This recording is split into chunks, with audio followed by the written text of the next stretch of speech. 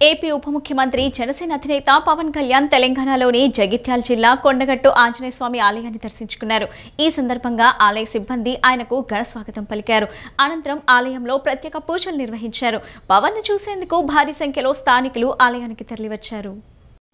కొండగట్టు ఆంజనేయ స్వామి వారిని దర్శించుకునేందుకు హైదరాబాద్ మాదాపూర్లోని తన నివాసం నుంచి పవన్ రోడ్డు మార్గంలో పయనమయ్యారు. బయలుదేరే ముందు తన నివాసం వద్దకొచ్చిన అభిమానులకు పవన్ అభివాదం చేశారు. పవన్ కొండగట్టు అంజన్న దర్శనానికి వెళ్తూ ఉండగా రాజీవ్ రహదారి పొడవున అభిమానులు, పార్టీ కార్యకర్తలు, బీజేపీ నాయకులు భారీ ఎత్తున స్వాగతం పలికారు. గజమాలతో సత్కరించారు. రాజీవ్ రహదారిపై అడుగడుగున పవన్ నినాదాలతో హోరెత్తింది. అంతకుముందు సిద్దిపేటలో పవన్ను అభిమానులు గజమాలతో సన్మానించారు. అభిమానులందరికీ అభివాదం చేస్తూ అందరికీ హృదయపూర్వక నమస్కారాలు, జై తెలంగాణ, జై హింద్ అంటూ ప్రతిచోట నినాదాలు చేసి వాహన శ్రేణిని ముందుకు కదిలించారు. ప్రస్తుతం వారాహి దీక్షలో ఉన్న పవన్ మొక్కు చెల్లించుకునేందుకు కొండగట్టుకు వెళ్లారు. గతంలో జనసేన అధ్యక్షుడి హోదాలో కొండగట్టు అంజన్నను దర్శించుకున్న పవన్ కళ్యాణ్ ఈసారి ఏపీ ఉప ముఖ్యమంత్రి హోదాలో రావడంతో కొండగట్టు వద్ద పోలీసులు భారీ భద్రతా ఏర్పాట్లు చేశారు. పవన్ రాక నేపథ్యంలో జిల్లా ఎస్పీ అశోక్ కుమార్ బందోబస్తు ఏర్పాట్లను పర్యవేక్షించారు.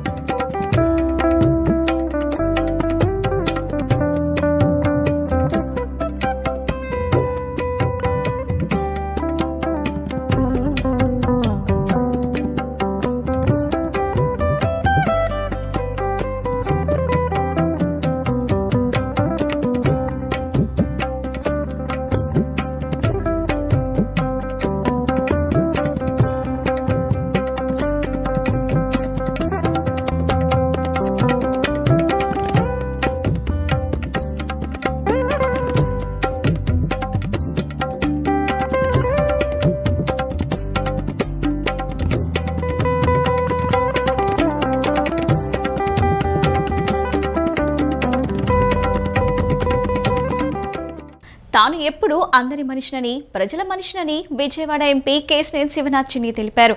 కార్యకర్తల నుంచి నాయకుల వరకు తనతో నడిచిన వారందరినీ గుర్తుపెట్టుకుంటానని తెలిపారు. మనందరం టీడీపీ అభివృద్ధి కోసం కలిసి పనిచేద్దామని ఎంపీ కేశినేని చిన్ని పిలుపునిచ్చారు.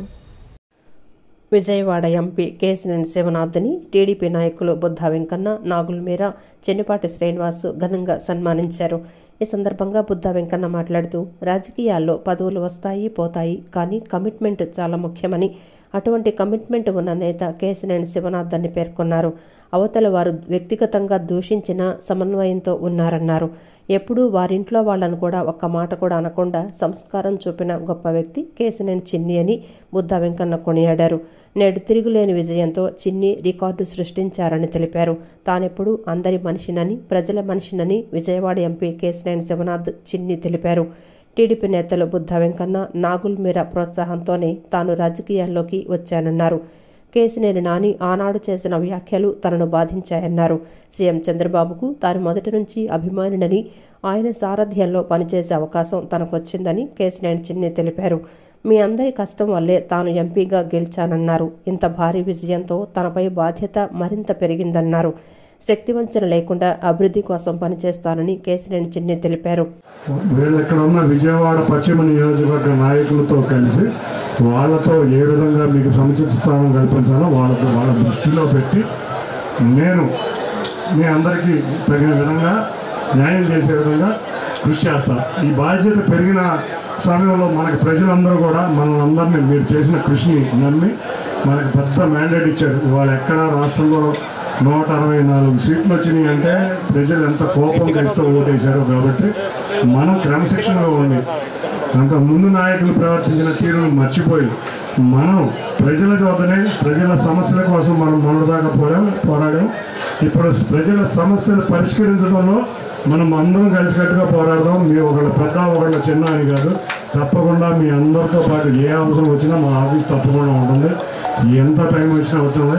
పార్లమెంటు సమావేశాలు 3వ తారీఖు అయిపోగానే నేను ఇక్కడే వస్తాను. అందులో ముఖ్యంగా నా రాజకీయ ప్రస్థానం ప్రారంభించిన ఈ ప్లేస్ నుంచే నేను ప్రమాణ స్వీకారం చేసి మళ్ళీ ఇదే ప్లేస్ వస్తానని చెప్పాను. మధ్యలో ఎంపీ ప్రమాణ స్వీకారం చేసి వాళ్ళ ఎక్కడ లేదు ఇక్కడికి ఆఫీస్కి వెళ్ళి మళ్ళీ పశ్చిమ నియోజకవర్గం వరకు మాత్రం మేమందరం కూడా పార్లమెంట్ సభ్యులు చిన్ని గారి కథగా ఉంటారా అతని మీద లేనిపోని ఆరోపణలు ఏది చేసినా ఎవరు చేసినా ఫస్ట్ ఇక్కడి నుంచే స్టార్ట్ అవ్వాలి. పిల్లలు చదువు పట్ల ఆసక్తిని, చదువుకునే వాతావరణాన్ని కల్పించడానికి 1995లో చంద్రబాబు ముఖ్యమంత్రి అయిన దగ్గర నుంచి అనేక పథకాలు ప్రవేశపెట్టారని తూర్పు నియోజకవర్గం ఎమ్మెల్యే గద్దె రామ్మోహన్ అన్నారు. మధ్యాహ్న భోజన పథకం అమలు చేయడం ద్వారా ప్రభుత్వ పాఠశాలలో వచ్చే విద్యార్థుల సంఖ్య పెరిగిందన్నారు. ప్రభుత్వ పాఠశాలలో ఉపాధ్యాయుల కొరత చాలా ఉందని అన్నారు. ప్రతి సంవత్సరం డిఎస్సి ప్రకటిస్తానని చెప్పిన జగన్మోహన్ రెడ్డి గత 5 ఏళ్లలో ఒక్క డిఎస్సి కూడా ప్రకటించలేదన్నారు. ఉపాధ్యాయుల లోటును భర్తీ చేయడానికి ముఖ్యమంత్రి చంద్రబాబు మెగా డిఎస్సిపై తొలి సంతకం చేశారన్నారు. తూర్పు నియోజకవర్గం 18వ డివిజన్ రాణిగారి తోటలోని తాడికొండ సుబ్బారావు విఎంసి స్కూల్లో విద్యార్థులకు స్కూల్ కిట్ల పంపిణీ కార్యక్రమాన్ని నిర్వహించారు. ఎమ్మెల్యే గద్దె రామ్మోహన్ ఈ కార్యక్రమానికి ముఖ్య అతిథిగా విచ్చేశారు. కార్పొరేటర్ ముమ్మనేని ప్రసాద్ స్థానిక టీడీపీ నాయకులతో కలిసి ఎమ్మెల్యే స్కూల్ కిట్లను పంపిణీ చేశారు. ఈ సందర్భంగా ఎమ్మెల్యే మాట్లాడుతూ విద్య ద్వారానే పిల్లల స్థితిగతులు మారతాయని చెప్పారు.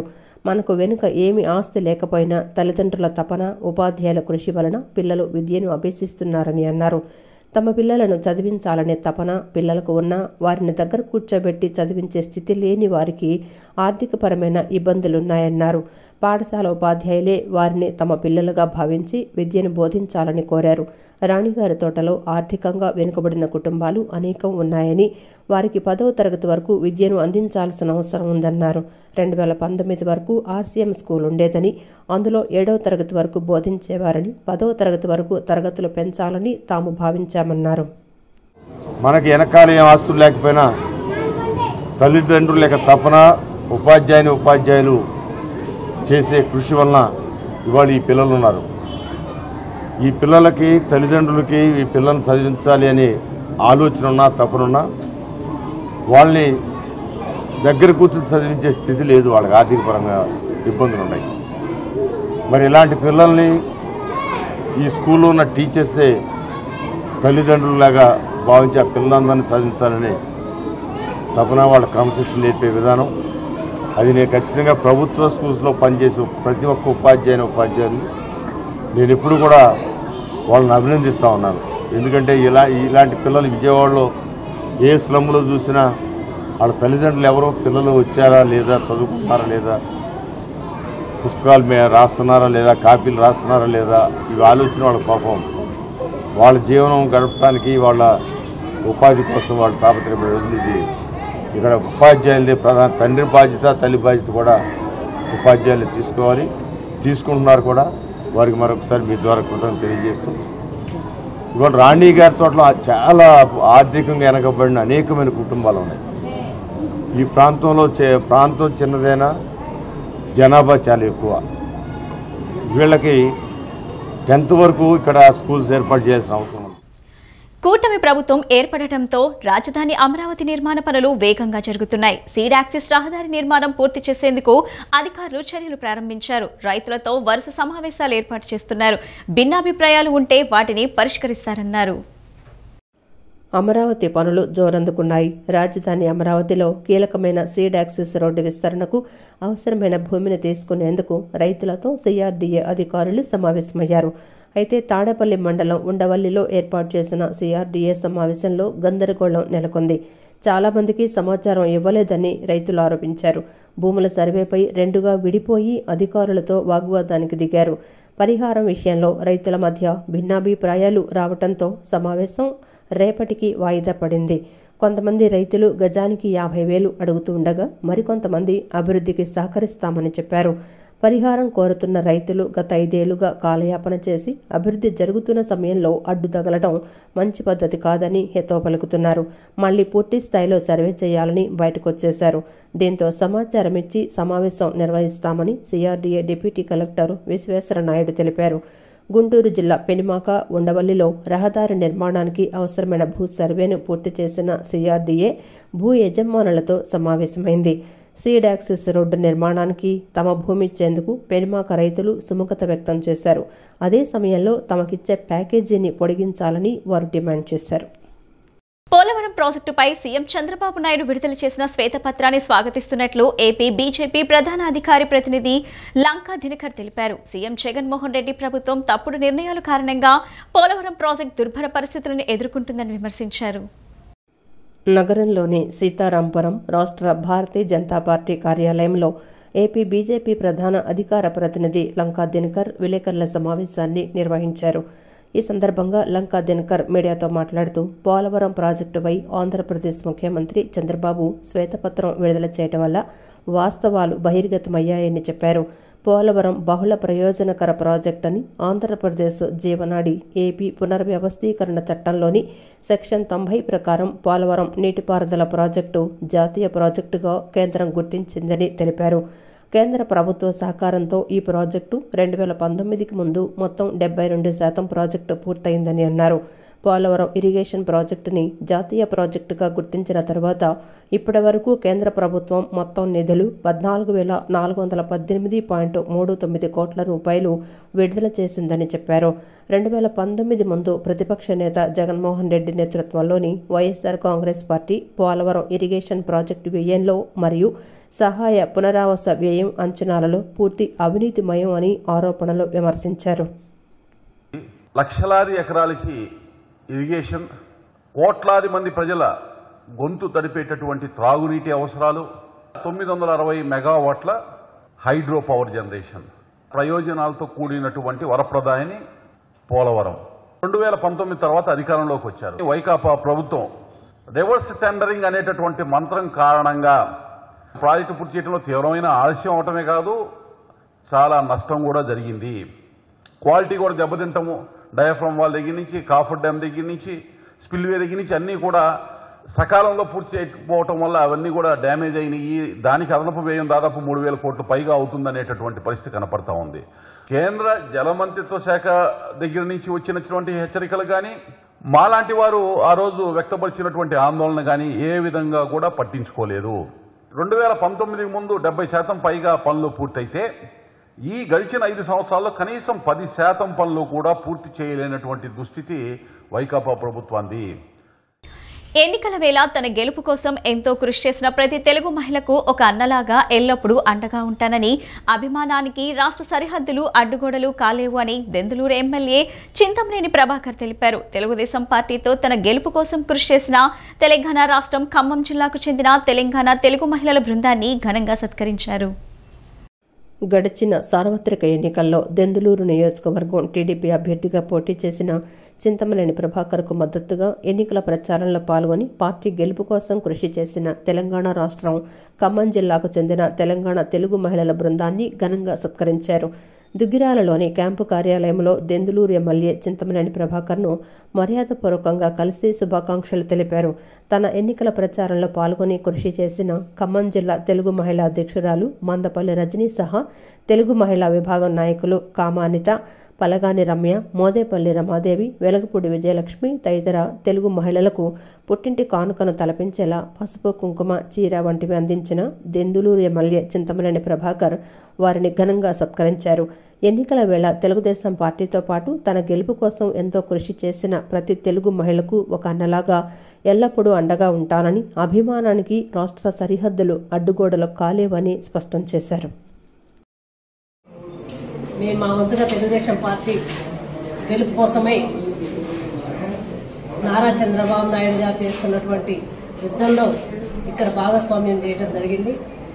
అందులో భాగంగా దెందులూరు నియోజకవర్గం చింతమనేని ప్రభాకర్ గారి తరఫున ఒక 5 రోజుల పాటు ఇక్కడ ప్రచారం చేయడం జరిగింది.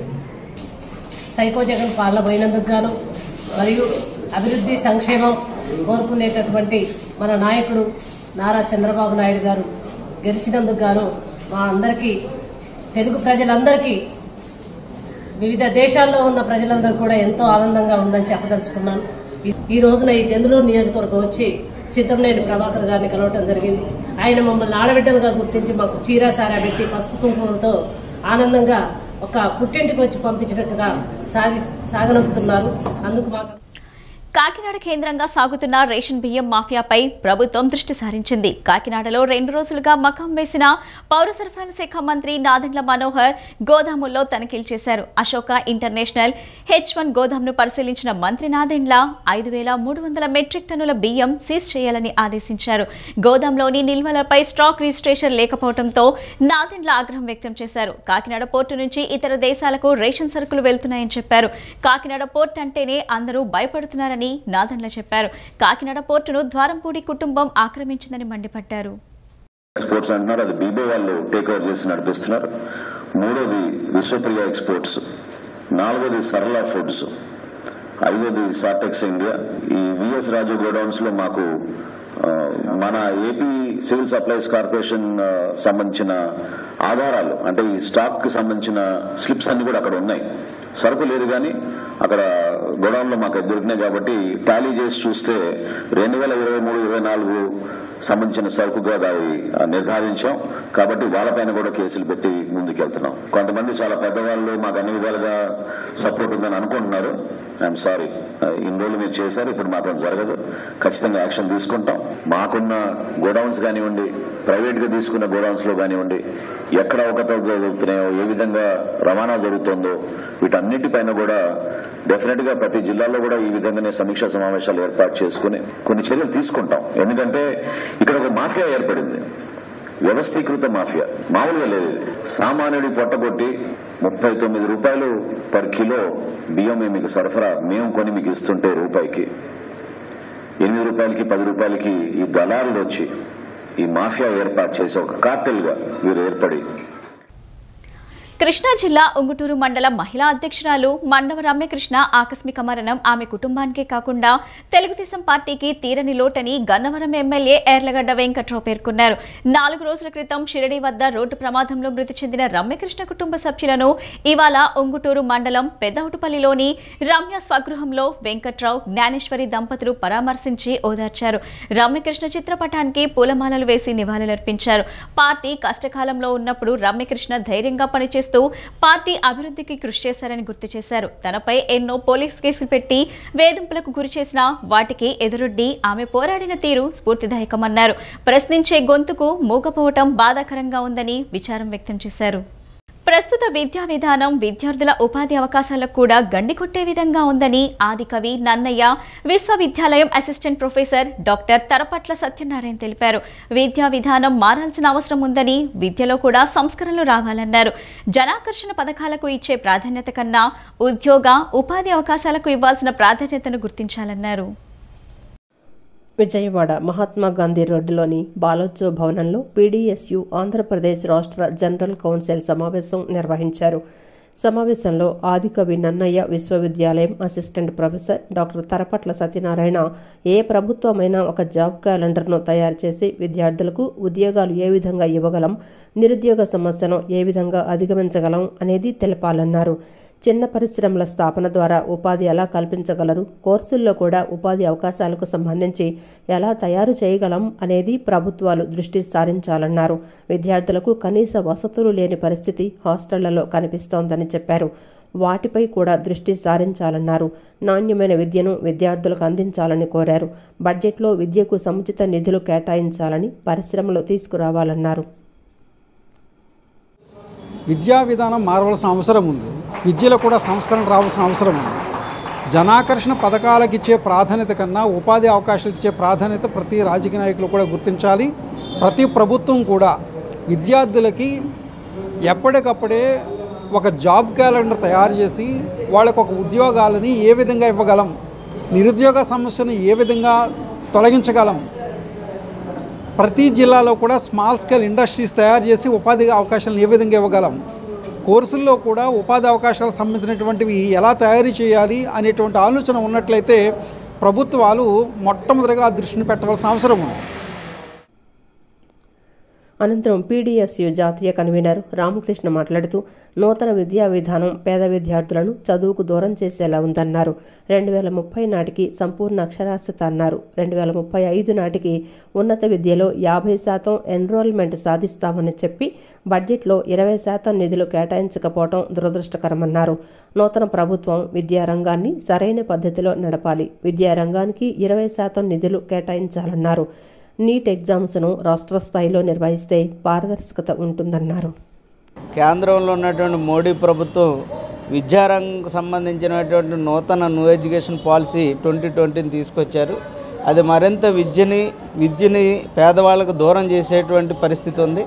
అట్లాగే 2030 నాటికి సంపూర్ణ అక్షరాస్యత అన్నారు.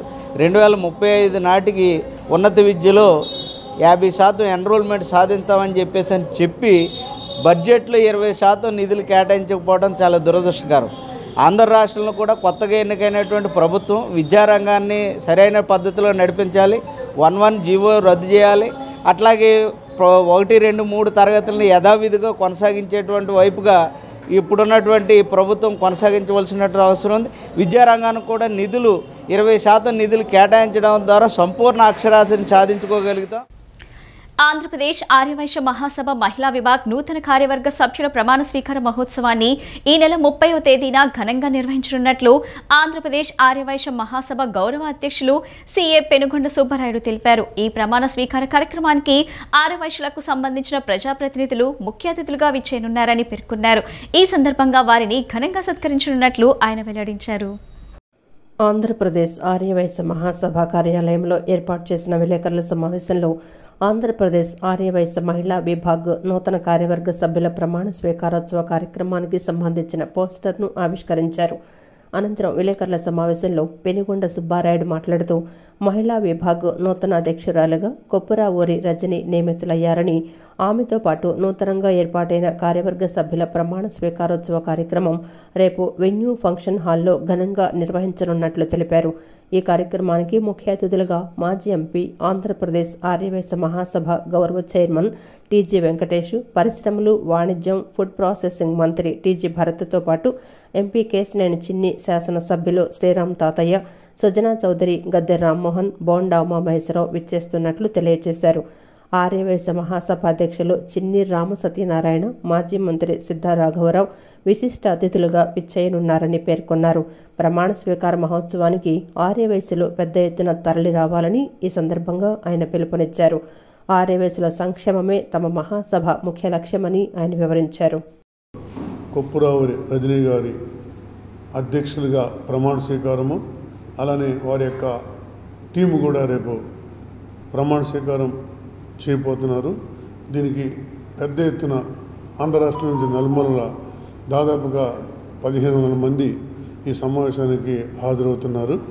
అలానే ఈ సమావేశానికి టీజీ భరత్ గారు, టీజీ వెంకటేష్ గారు, అలానే మన లోకల్ లాంటి నాయకులు చిన్ని గారు, సుజనా చౌదరి గారు, బోండా ఉమ్మ గారు, గద్దె రామ్మోహన్ రావు గారు, సిద్ధా రాఘవరావు గారు, తాతయ్య గారు, అట్లానే మా మహాసభ అధ్యక్షుడు చిన్ని రామ సత్యనారాయణ గారు, మాజీ అధ్యక్షులు, అట్లానే తెలంగాణ రాష్ట్ర అధ్యక్షులు అందరూ కూడా దీనికి వస్తున్నారు.